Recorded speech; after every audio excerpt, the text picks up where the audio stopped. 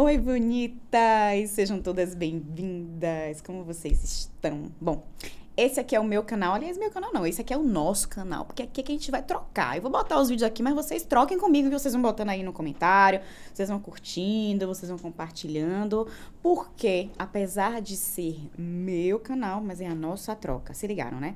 Bom, hoje eu tô aqui para apresentar um pouquinho de quem eu sou. Eu não sou apenas essa orientadora parental que vocês vêm falando no Instagram, o que eu faço, o que eu não faço com meu filho. Tem muita história por trás desses bastidores e é isso que eu quero apresentar para vocês agora. A minha versão, eu comigo mesma. E eu vou começar pela minha infância, lógico. E eu espero que vocês gostem. Rapaz, a minha infância foi... Cara, a minha infância foi gostosa, assim. Eu lembro de muita coisa boa que eu fiz com minha irmã.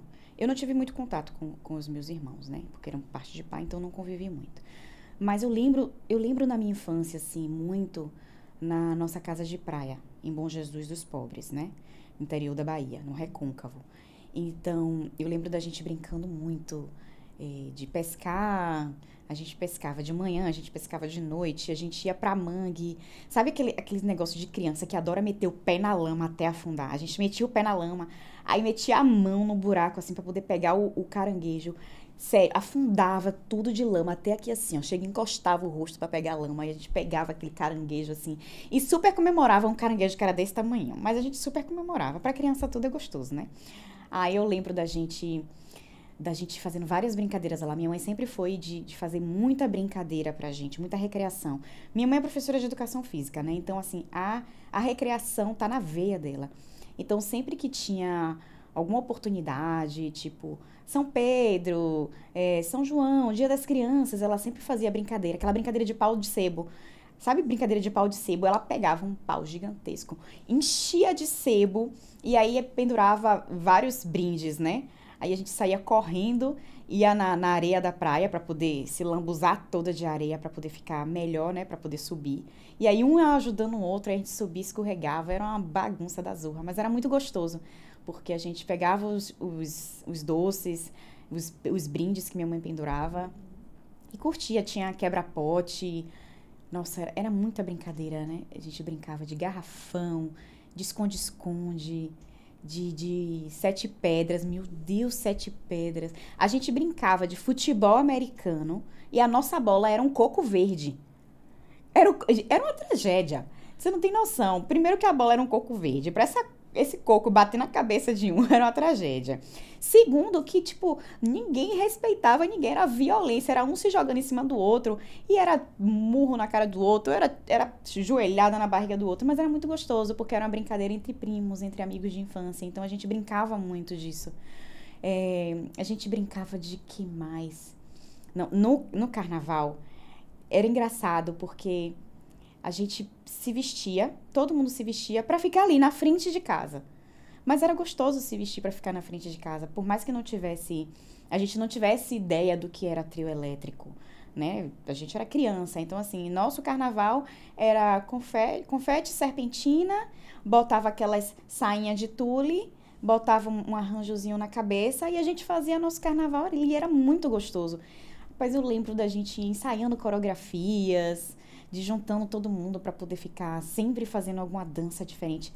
É engraçado que, lembrando agora, assim, tudo envolvia muita dança, muita arte, né? Quando não era dança, era teatro. Né? Sempre fui muito cênica. Eu acho que eu fui parar no teatro por causa dessa parte da infância, né? De sempre estar muito o lado cênico, o lado artista muito aflorado. Então, quando eu me peguei, eu tava já fazendo 5 anos de teatro. Aí eu tava lá em cima de um palco, me apresentando. E eu tinha mais ou menos... Eu acho que minha primeira peça de teatro, eu estreiei com 16 anos. Quando eu me dei conta que eu amava o palco, foi por volta dos 15... Menos, foi isso mesmo. 14 anos, precisamente com 14 anos, eu me vi já em cima do palco. E aí, engraçado que quando eu chegava em cima do palco, eu falava assim, ai, é aqui que eu quero estar, esse é o meu lugar. Eu queria ser atriz, eu amava o palco era a minha casa, era ali em cima do palco onde eu falava assim, ó, não vou sair daqui, eu queria dormir ali, sabe, tipo assim, era o meu lugar no mundo era um palco. Quando eu descobri que era possível tornar o palco uma profissão, aí eu falei, meu Deus, como assim? Existe como eu viver disso? E aí foi aí que eu conheci o chamado curso Artes Cênicas, né? Que era na UFBA, na Faculdade Federal da Bahia. Só que, cara, um comentário me fez desistir do teatro. Minha mãe chegou pra mim e falou assim, você vai morrer de fome. E foi muito forte pra mim, porque eu amava o teatro, era a minha luz, assim, tipo, meu Deus, como assim algo que me dá tanto prazer, eu não posso viver disso? Aí eu tive que me acostumar com a ideia de que teatro ia ser apenas lazer. E hoje, quando eu penso assim, caramba, como é que teria sido a minha vida se eu não tivesse desistido, né? Então, às vezes um comentário, e como mãe, a mãe tem uma força muito grande na nossa vida, né? Tudo que a mãe fala se torna, parece verdade dentro da gente. E é uma verdade, porque a criança, ela enxerga o mundo pelas lentes dos adultos que ela tem como referência. Então, naquele momento onde eu falei pra minha mãe assim, ó, mãe, é isso que eu amo, eu quero fazer artes cênicas. Aí minha mãe fez assim, o quê? Aí ela, vai morrer de fome, minha filha. Não, eu tenho, sério, eu lembro disso e eu sinto o meu chão abrir de novo, sabe? Porque foi muito pesado pra mim. Mas assim, seguiu a vida, eu não sei se foi por conta disso que eu acabei deixando de lado, né? Cheguei a fazer algumas seleções, mas as coisas foram se dispersando. Mas assim, eu sinto que ainda tem um lado cênico, teatral dentro de mim, né? Existe um lado meu que gosta de holofote, sabe? Eu preciso ser muito franca e a verdade é essa. Não é à toa que meu histórico lá atrás de querer ser modelo. Aí me decepcionei porque eu descobri que eu era baixinha demais pra ser modelo de passarela. Aí eu falei, meu Deus do céu, coitada de mim. Ok, vou me contentar com modelo fotográfica, porque pelo menos eu me achava bonitinha, a loirinha do cabelo liso, aquele clássico recorte de que dava pra ser modelo fotográfica. Aí eu me contentei com a ideia de que eu não poderia subir em passarela. Eu cheguei até a desfilar, viu? Eu tenho foto desfilando em passarela. Mas, ok, segui como modelo fotográfico. Eu queria ser vista. A verdade é essa. Cara, eu não sei nem se de repente esse querer ser vista pelas pessoas, se foi algo que nasceu comigo ou se foi uma necessidade de ser vista pelos meus pais, já que eu não estava sendo. Não sei, de verdade. Eu não sei responder essa pergunta. Você não se sentia vista por seus pais? Eu não consigo fazer essa associação. Antes eu não consegui fazer essa associação, mas eu acho que é possível. Eu fico muito dividida entre se era uma coisa que nasceu comigo ou se não, se era uma forma de querer atenção. Eu sempre fui muito danadinha, assim, de aprontar umas coisas, né? Assim, de dar um pouquinho de dor de cabeça na época da adolescência. Também não sei se era fase ou se era mais uma forma de chamar a atenção. Porque hoje, entendendo sobre neurociência, sobre comportamento infantil, eu consigo fazer umas associações. Naquela época eu não conseguia. Mas, assim, se eu analisar de trás para frente e ver o meu lado teatral, o meu querer dançar, né? Eu sempre... O meu lado artístico, eu tenho um lado artístico muito grande dentro de mim. Que eu sei que se eu colocar lenha, aflora.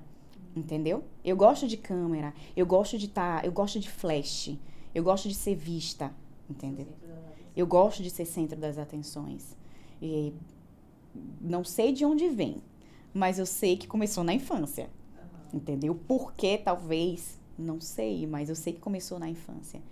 Então, quando eu tô, querendo ou não, quando eu me vejo de frente para um celular, gravando um conteúdo que seja, tem uma Gabi criança ali por trás, entendeu? Então, acho que minha infância artística me marca muito. Me marca muito. Eu sempre fui muito de caras e bocas. Tudo meu era muito expressivo, tipo... Não, eu continuo muito expressiva. Não é à toa que eu tenho que retocar meu botox a cada... Teoricamente era para retocar a cada 6 meses, mas, minha filha, a expressão do jeito que é, eu tenho que retocar a 3 meses. Porque isso aqui para franzir, minha Nossa Senhora, é um tal de... Eu sou muito expressiva, eu sou muito teatral, né? Então, Eu posso chorar e sorrir com uma facilidade muito grande, se for preciso, para encenar algo. Não que eu seja fingida, mas se o papel exigir, eu consigo entrar em cena, né? Então, eu acho que minha infância se resume muito a isso, assim, sabe? Há muita movimentação, há muita ação. Muita ação. E eu não só na infância fiz isso, mas, assim, na adolescência eu continuei com muita ação. Né? Eu continuei tentando... Como? Praticou esportes? Muito. Eu fiz taekwondo. Gente, eu fiz taekwondo. Foi muita ousadia, não. Essa eu preciso contar. Porque eu fui fazer taekwondo. Porque eu era tirada braba. Eu sempre fui aquela valentona. Eu era valentona. Então, sabe aquela pré-adolescente tirada a cavalo do cão? Eu era tirada a cavalo do cão. E eu não queria saber se era menino ou se era menina, não. Eu brigava todo mundo. Eu era... Como é que fala, meu Deus? Mas tem um nome específico, tipo assim... Eu era galo de briga. Eu era a clássica galo de briga. Eu procurava a confusão. Eu gostava de confusão. Então, assim, por muito pouco eu já tava lá, querendo quebrar o pau. Eu procurava briga, até... Eu me metia em briga que não era nem minha. De tanto que eu gostava. Eu acho que eu só sosseguei quando eu tomei muito cacete. Você apanhou? Oxente, até dizer chega, de um menino. Você apanhou de menino? Apanhei de um menino porque eu fui bater nele primeiro. E antes dele me bater, ele falou assim, ó, aprenda que nunca se deve bater na cara de um homem. E eu tinha dado na cara dele porque ele tinha me chamado de gostosa. É duro, viu? Mas enfim. Aí, eu tinha muito... Essa questão do esporte sempre foi muito forte também, porque meus pais sempre incentivaram muito. Então, eu já tinha feito natação. Na pré-adolescência foi natação, taekwondo, capoeira. Quando eu fiz taekwondo, a minha ousadia era tanto que eu era faixa branca e fui participar de um campeonato. E aí o professor perguntou, você quer lutar? Aí eu falei assim, rapaz, eu sou faixa branca. Quero. Eu vou lutar. E aí eu amarrei a faixa branca, aí o professor disse assim, ó, agora é o seguinte, você é faixa branca, mas eu vou botar você pra lutar com a faixa amarela. E aí eu falei, que era acima. Aí eu falei assim, faixa amarela? Bote que eu vou cair pra dentro. Aí o professor fez assim, mas tem um outro detalhe. Ela já é faixa amarela há um tempão. Então ela tá indo assim pra verde. E eu era branca. E aí eu falei, me lasquei, mas eu vou. E eu fui. E ganhei. Eu ganhei a luta. Eu ganhei a luta da faixa amarela. Então, tipo assim, eu não sei que tipo de personagem eu tava encenando ali. Mas eu entrei pra ganhar. Eu sou perfeccionista. Eu me cobro muito. Eu quero dar sempre o meu melhor. Se não for o meu melhor, o resultado pode não ser 100%. Mas eu tenho que dar o meu 100%. Então, quando eu entrei no tatame, eu não entrei para perder. Eu entrei para ganhar. Mesmo sem saber o resultado. Então, eu era faixa branca. Eu derrotei. Eu tenho o troféu ainda. Por quê? Porque aquele troféu não representa a luta que eu ganhei. Representa eu ter me colocado à prova. Representa que eu tava com medo, mas eu fui com medo mesmo. Então, assim, os meus pais me incentivaram ao esporte. E eu apenas fiz, agora eu vou. Eles, na verdade, eles nem sabiam que eu treinava taekwondo, assim. Sabiam, mas não foi um incentivo deles irem pro taekwondo. Eles só me incentivavam a fazer esporte porque fazia bem pra saúde, era bom se exercitar. Mas a luta era onde eu talvez botasse pra fora várias dores. Hoje, analisando. Então, eu lutava muito bem. Eu lutei muito. E quanto mais eu treinava, mais eu me disciplinava. E aí, eu fui me disciplinando e fui segurando a onda. Hoje, meu Deus, quando eu vejo meu filho querendo lutar, eu fico, meu Deus, puxou a quem esse demônio mirim, rapaz? Ah, mãe. Eu vou falar o quê? Mas, enfim, assim, Pensar na minha infância é pensar em esporte e arte. Quem eu sou como criança? Esporte e arte. E hoje eu continuo sendo esporte e arte. Estar por trás das câmeras, estar na frente das câmeras é arte. Estar em cima de uma prancha, ainda que seja tomando um monte de vaca, é arte, é esporte. Então, assim, eu sou isso, eu sou esporte, eu sou arte. Eu não sou só uma profissional que fala sobre neurociência infantil, apesar de ter muito conhecimento. Não é só uma mãe falando sobre os seus perrengues, os dores e os amores de viver uma maternidade. Mas por trás de tudo isso tem uma criança que ama estar em ação, que ama estar aparecendo, que ama estar em movimento. Quando eu decidi que... Quando eu descobri por minha mãe que artes cênicas me faria morrer de fome, eu fiquei batendo cabeça para saber o que é que eu poderia fazer. E aí eu sempre gostei muito de escrever. E isso é um negócio legal porque eu acho que a minha aptidão pela escrita veio do meu pai. Eu e o meu pai, a gente sempre trocava muita carta. Apesar de estarmos morando na mesma casa, a gente escrevia muito um para o outro. E mesmo depois que meu pai se separou com minha mãe, eu tinha 8 anos, a gente trocava muita carta. Então, meu pai sempre escreveu muito, eu também sempre escrevi muito. E aí, cada vez que eu ia escrevendo, eu ia melhorando a minha escrita, melhorando a minha forma de comunicar. Eu me expressava muito pela escrita. Que a escrita não deixa de ser também uma arte de se comunicar. Então, eu comecei a pensar, bom, o que eu faço de bom? Eu escrevo. Aí eu ainda pensei assim, bom, vou ser escritora. E aí, antes de decidir fazer jornalismo, eu participei de um concurso literário da poesia, concurso da poesia literária baiana, concurso literário da poesia baiana, concurso literário da poesia baiana. Eu participei e eu fiquei em 3º lugar. Com um poema. E aí eu falei, caramba, eu sou boa nisso, hein? E aí eu comecei a escrever muito poema. E aí eu comecei a participar de concursos de poesia, aí eu comecei a ganhar prêmios de poesia. Aí eu falei, bom, se não dá para se comunicar pela arte, vai pela escrita. E aí eu comecei a escrever, que não deixa de ser uma arte. Então, hoje eu sou escritora. Só que isso vem de lá de trás. E herdado de meu pai, que sempre escreveu muito, apesar dele não ter publicado nenhum livro, meu pai sempre escreveu. Meu pai escreve muito bem. E aí eu falei, bom, então agora eu preciso decidir, porque eu preciso fazer um vestibular. Então, não existe um vestibular, uma faculdade para ser escritora. Então, o que mais se aproxima, jornalismo. Bom, jornalismo acho que pode ser legal, tem câmera, né? Eu posso aparecer e eu também posso falar, e eu também posso escrever, eu posso ser redatora. Eu falei, não, então pronto, vai ser isso, eu vou pro lado do jornalismo. E aí, cada disciplina eu fui desenvolvendo as habilidades correspondentes. E aí, quando eu me formei, eu falei, não, então eu vou começar a associar um monte de coisa aqui que eu gosto. Eu vou escrever, que era uma habilidade que eu já tinha. Então, eu vou escrever um livro-reportagem. Eu vou olhar para a criança, que era algo que já estava dentro de mim, mas que eu ainda não tinha me tocado.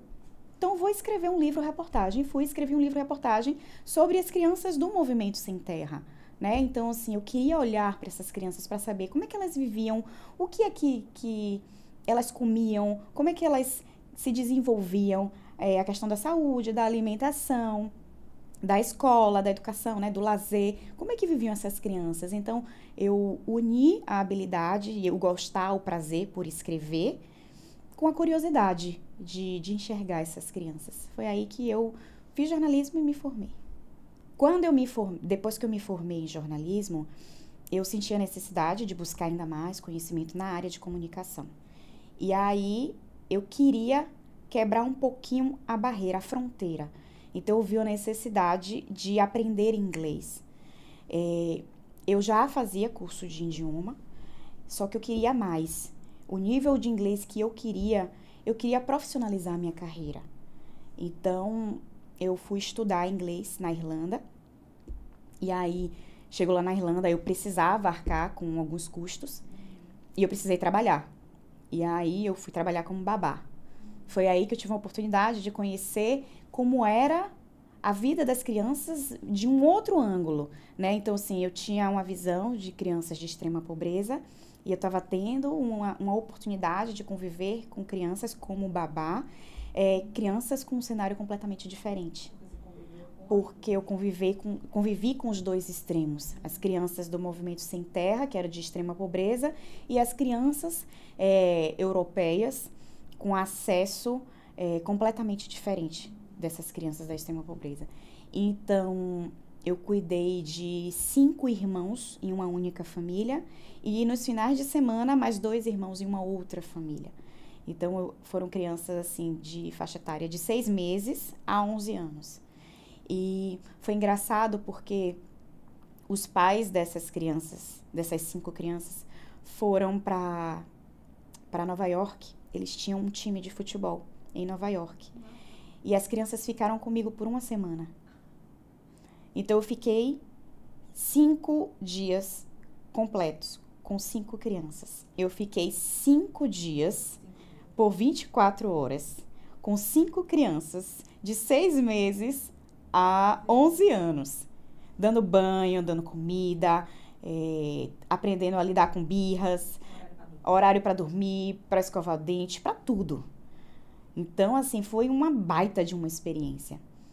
E foi muito enriquecedor, porque eu precisava disciplinar, ainda que eu não fosse mãe, ainda que eu não tivesse habilidade para isso, eu precisava entender que existia uma criança ali, ainda que eu não tivesse conhecimento sobre imaturidade cerebral, existia ali uma compreensão de que era um ser que precisava de ajuda para se conhecer, se controlar.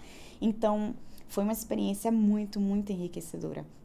E eu não parei por aí como babá. Quando eu fui para os Estados Unidos, já para estudar, para fazer minha segunda graduação, então, lá nos Estados Unidos eu fiz a graduação em marketing, e eu fiz uma graduação em marketing e fiz MBA em ADM. Então, foram 2 graduações. E aí, nesse período de 2 anos, eu também trabalhei com criança, fui babá de novo. Além de ser babá, claro que eu fui faxineira, eu entreguei pizza, eu fui auxiliar de cozinha, eu era assistente de limpeza em boate. Então, eu fiz 1001 coisas para me manter lá. Me virei completamente. Mas o que eu tinha muito, muito, muito prazer mesmo era ficar com as crianças. E aí, fiz essa graduação, por estar lá, por me colocar sempre à prova de superar as minhas limitações, eu criei, na verdade, né? Eu não vou dizer que foi, assim, uma sorte, não, porque eu acho que sorte é a mistura de você ir atrás do que você quer e estar na hora certa. Então, assim, eu fui assistir, foi muito marcante esse momento para mim, porque eu fui assistir a entrega do Oscar em Los Angeles, e aí lá eu conheci uma pessoa que trabalhava na Globo News Internacional e que me chamou para trabalhar com ela. Então, eu fui trabalhar na Globo News Internacional em Los Angeles. Foi uma experiência, assim, gigantesca, porque eu trabalhava como produtora. Então, foi trabalhando na produção, por exemplo, que eu conheci a NASA. Então, a gente foi fazer uma matéria lá para falar sobre o robô Curiosity, que estava pousando. E aí, foi uma baita de uma experiência que eu jamais... Quando é que eu ia imaginar, meu Deus do céu? Eu, aquela baixinha de Salvador, Bahia, estava lá na NASA, fazendo um registro de um baita de uma experiência. E aí eu, caramba, olha onde eu tô. Então, assim, foi algo muito, muito, muito marcante pra mim. E, ao mesmo tempo, eu tava trabalhando na produção, e aí a gente acaba conhecendo muita gente nesse momento. E eu conheci um produtor que me chamou para trabalhar na produção de um filme em Hollywood. E aí eu fui trabalhar em Los Angeles na produção de um filme hollywoodiano. E nessa oportunidade eu conheci vários atores, assim, que eu falei, meu Deus, tipo assim, é real isso, me belisca. E tinham alguns atores brasileiros também, que eu tive a oportunidade de trabalhar. E eu fui construindo, assim, minha vida correndo atrás. Enquanto nessa fase assim de intercâmbio, de estudar fora, é muito comum você ver os jovens querendo sexo, droga e rock and roll. Só que eu tava ali muito focada. Eu queria trabalhar, eu queria estudar, eu queria engolir todas as oportunidades do mundo. Então, assim, eu fui agarrando, sabe, com unhas e dentes, cada oportunidade que ia passando. Eu tava um foguete. Eu tava muito focada. Aliás, eu acho que isso é uma característica bem de infância mesmo, assim, tudo que eu faço, eu foco muito naquilo que eu quero, né? Se eu subir num palco, eu falo, não, eu quero isso, eu vou fazer isso acontecer, né? Se eu subir para fazer uma competição, não, eu quero isso, eu vou fazer isso acontecer. E quando eu tava nos Estados Unidos foi a mesma coisa. Eu fazia as coisas acontecerem, sabe? Eu não esperava. Eu criava as oportunidades, entendeu? Então, não só eu estagiei, não só essa experiência da Globo News Internacional como produtora, mas assim, trabalhei em grandes eventos para uma ONG lá na Califórnia também, fazendo eventos multiculturais, então tipo assim, envolvia pessoas de várias nacionalidades. Então, foi uma experiência muito rica para mim. E aí eu voltei pro Brasil. Aí, quando eu volto pro Brasil, eu me deparo com ainda uma necessidade muito grande de me conhecer, de conhecer um pouquinho da minha história, de quem eu sou, do que eu quero, de começar a encaixar algumas peças que estavam fora do quebra-cabeça. Comecei a entrar em contato com muitas crianças, com muitas mães. Então, as peças foram se encaixando. Eu acho que eu sou hoje um quebra-cabeça, não vou dizer que completo, não. Mas com muitas peças já montadas, sabe? Lá nos Estados Unidos eu fiz uma especialização em marketing digital.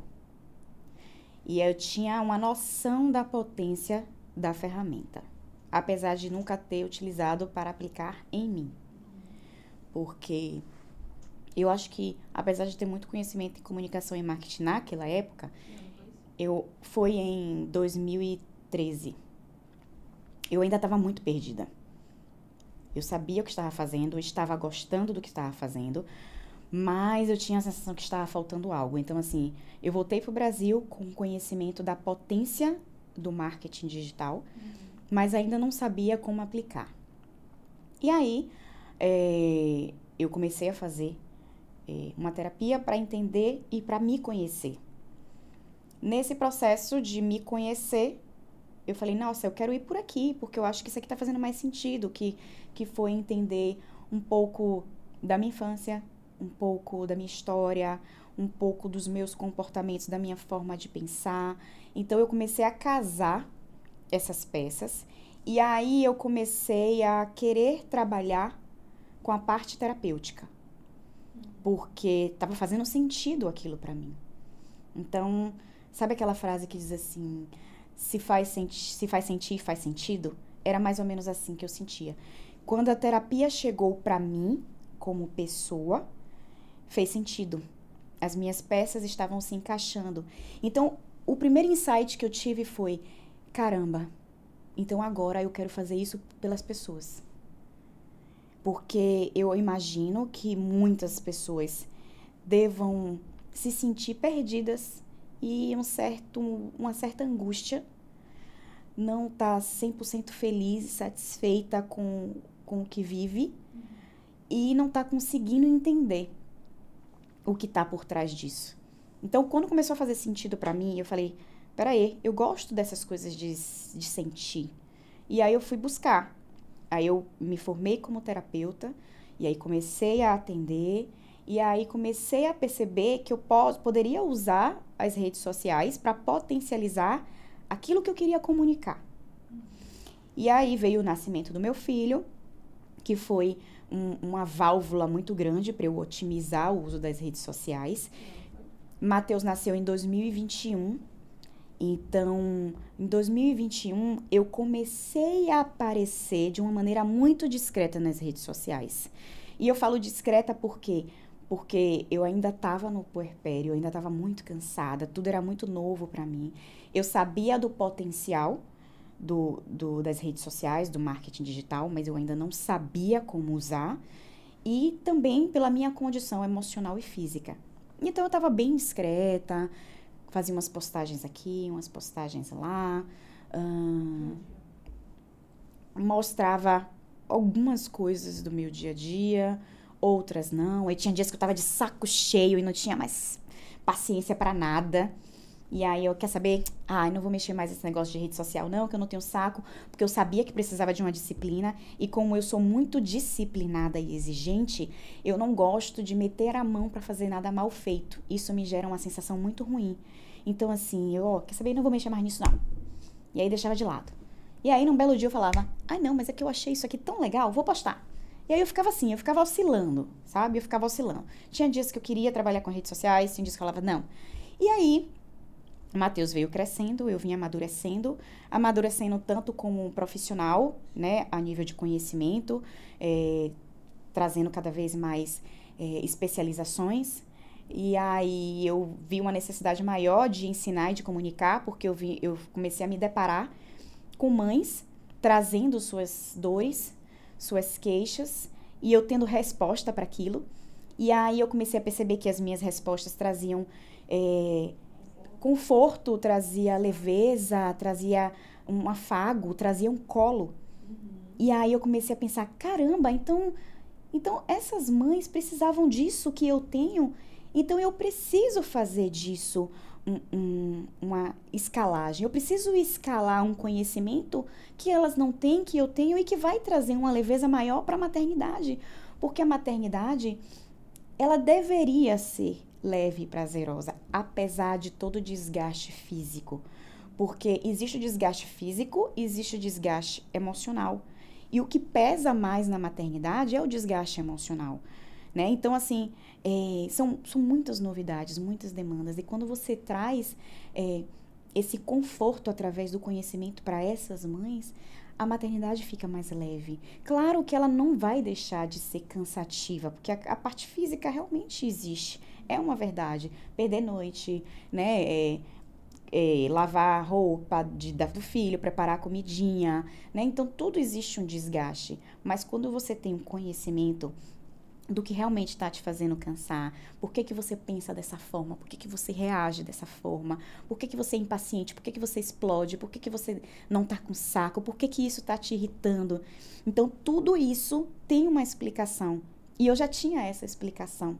Então, as minhas amigas, as minhas vizinhas, as mães que eu atendia das crianças, que inicialmente eu atendia só a criança, até perceber que as mães tinham algumas queixas, e eu comecei a trazer solução, eu comecei a apresentar resposta, aí eu comecei assim, não, caramba, então eu preciso fazer isso pulverizar, então existem outras mães que precisam ouvir isso. Aí eu comecei a profissionalizar, né? Eu comecei a ter um olhar mais cuidadoso para as redes sociais. O que eu queria comunicar? Claro que eu ainda ficava tendo alguns tropeços, porque eu me confundia entre a mãe e ao mesmo tempo a filha. Então, por vezes eu falava como filha, que estava dolorida, por vezes eu falava como mãe, que estava cansada. Então, eu ficava nessa confusão de como trabalhar, e eu fui me encontrando, e eu acho que isso é um processo, né? Então, hoje eu vejo as minhas redes sociais como um potencial para ajudar outras mães, né? E esse é meu maior objetivo aqui, é trazer a leveza que a maternidade merece, entendeu? Legal. E hoje você está fazendo uma nova graduação, né? Hoje eu estou fazendo uma nova graduação, mais uma para conta, que é de pedagogia. A pedagogia vai agregar ao conhecimento que eu tenho como educadora parental. Então, eu vou ter o conhecimento como educadora parental, que é a educação para pais, e a educação acadêmica, né? Que é a educação partindo do olhar da escola. Então, eu quero pegar esses dois conhecimentos, agregar cada vez mais valor para poder transmitir um conteúdo de qualidade que traga solução, que traga resposta e que traga um caminho, né? Uma visão de resolução e não de crítica, que se for de crítica que seja construtiva. Então, é um estudo a mais para poder agregar, né, a neurociência, a especialização em neurociência infantil e desenvolvimento infantil, ao conhecimento como educadora parental, ao conhecimento como comunicadora, né? Porque eu sou comunicadora. Então, assim, a pedagogia vai agregar ainda mais tudo isso que eu venho construindo.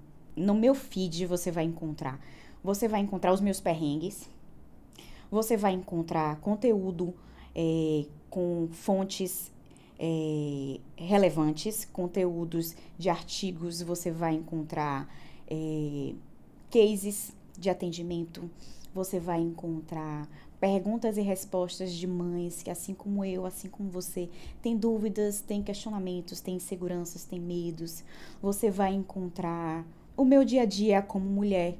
Você vai encontrar como eu me redescobri como uma pessoa que ama o esporte, uma pessoa que ama aparecer, uma pessoa quem eu sou antes de ser mãe. Você vai encontrar a Gabi esposa, que tem tempo, que conseguiu administrar o tempo para ser um pouco mulher também, aquela esposa que cuida da família, que quer estar com o seu marido, tendo um programa de casal, curtindo, se enamorando, porque isso não acaba e nem deve acabar. Claro que a gente entende que com o aparecimento de uma criança, o relacionamento fica um pouco frágil, porque algumas demandas aparecem, mas você vai encontrar como eu consegui, como eu aprendi a equilibrar essas áreas. A Gabi esposa, a Gabi mãe, a Gabi que é antes de esposa e mãe, é uma humana, que adora a natureza, que adora o esporte, que adora cuidar da saúde, do corpo, da mente. A Gabi que adora se conectar com Deus. Então você vai encontrar tudo que faz com que, não só como mãe, mas que eu seja uma mulher inteira e realizada. Daqui a 3 anos, eu espero com fé em Deus que meu best-seller saia. Porque eu acho que vai vir muito material bom. Vai vir muito conteúdo bom. Vai vir conteúdo de livro. Eu tô escrevendo um livro, não é o meu primeiro livro. Eu já escrevi um livro que não foi publicado, que foi o livro que eu escrevi com o olhar voltado para as crianças do Movimento Sem Terra. Eu participei de um livro, Habilidades Socioemocionais na Infância, a convite da editora Literari. Então, eu fui coautora desse livro. Já escrevi um livro que, apesar de não ser voltado para a área da maternidade, mas começa falando a história de uma criança, então conta muito a infância dessa personagem principal. Então, eu escrevi esse livro, que é Quando o Fim é Apenas o Começo, e eu tô no meu 4º livro, digamos assim, esse voltado para o olhar da maternidade, e é aquele olhar real, não existe um olhar técnico, apesar de trazer informações científicas, apesar de trazer muita contextualização de fontes seguras. Então, vai ser de uma linguagem muito leve, de mãe para mãe. A mãe que lê o meu livro vai se identificar, porque ali vai estar os perrengues, ali vai estar os dores, as situações, aquelas situações mais inusitadas que você fala assim, não é possível que isso aconteceu comigo, vai estar ali, porque é um livro escrito de mãe para mãe e ouvindo outras mães. Então, assim, não sei se vai ser esse meu best-seller, mas que meu best-seller vai chegar, ele vai chegar. Bom, aí vem livro, vem com fé em Deus também, vem podcast, vem muito conteúdo no meu canal. Agora a gente está fazendo esses primeiros vídeos, mas é só o começo. Então vem de tudo que você imaginar sobre maternidade, vai estar aqui no canal. Então vem alienação parental, vem birra, vem culpa, vem crise no casamento, vem rede de apoio, se existe ou se não existe, quando ajuda, quando não ajuda. Vem cada perrengue, vem cada pepino. Você quer... Não, você vai ter... Não, aquilo que você pensar. Pode pensar assim, eu sou mãe, vivi isso, vai estar lá. Eu sou mãe, vou viver isso, vai estar lá, vai estar lá. Porque esse canal vai ser assim, um leque. Vai ser tudo que estava guardado dentro de mim durante tanto tempo. E aí juntou tudo e eu tô assim, distribuindo assim, gratuitamente. Porque tem que ser compartilhado. Tem muita coisa aqui dentro para compartilhar com vocês. Eu acho que eu falaria para todas as mães. Respira, bonita. Respira, porque eu tô aqui. Você não tá sozinha. A maternidade é cansativa, mas ela pode ser leve. E se você tiver conhecimento e autoconhecimento, é imparável a sua forma de maternar. Então, eu acho que eu falaria para ela assim também, fica tranquila, você não tá sozinha. Eu sei que não é fácil, mas eu sei que é possível. É possível você não ser perfeita e ainda assim se sentir a melhor mãe do mundo. E aí, me contem, vocês gostaram desse vídeo? Gostaram de conhecer um pouquinho da minha história sem ser aquela Gabi como orientadora parental, aquela Gabi que sempre aparece trazendo conteúdos para vocês? Eu espero que vocês tenham gostado, que vocês tenham se identificado. Se vocês gostaram, eu vou te dizer uma coisa, vem muito mais por aí. Então, vou te pedir um favorzinho. Curte, compartilha e comenta aqui mãezona se você ainda quer receber mais conteúdos como esse. Então, eu te vejo no próximo vídeo. Até lá!